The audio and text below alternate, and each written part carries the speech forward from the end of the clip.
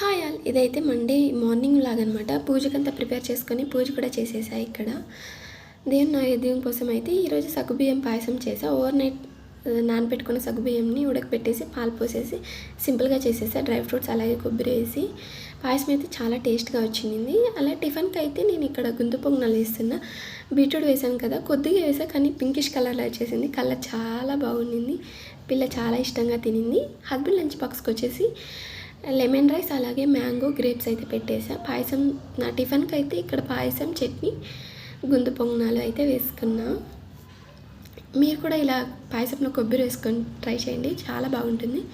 అలాగే ఈరోజు పాపకైతే స్కూల్లో పాస్పోర్ట్ సైజ్ ఫోటో కావాలన్నాడు ఐడి కార్డ్ కోసం. అందుకనేసి ఫోటోషాప్కి వెళ్తున్నాం. ఆఫ్టర్నూన్ ఫోటో తీపిస్తున్నప్పుడు ఇంత సీరియస్గా చూస్తుందో చూడండి. బయటకు వెళ్ళాను కదా అనేసి అలాగే కొబ్బరి బొండం అరటిపండు తీసుకొచ్చా. ఫోటో మాత్రం చాలా బాగా వచ్చింది.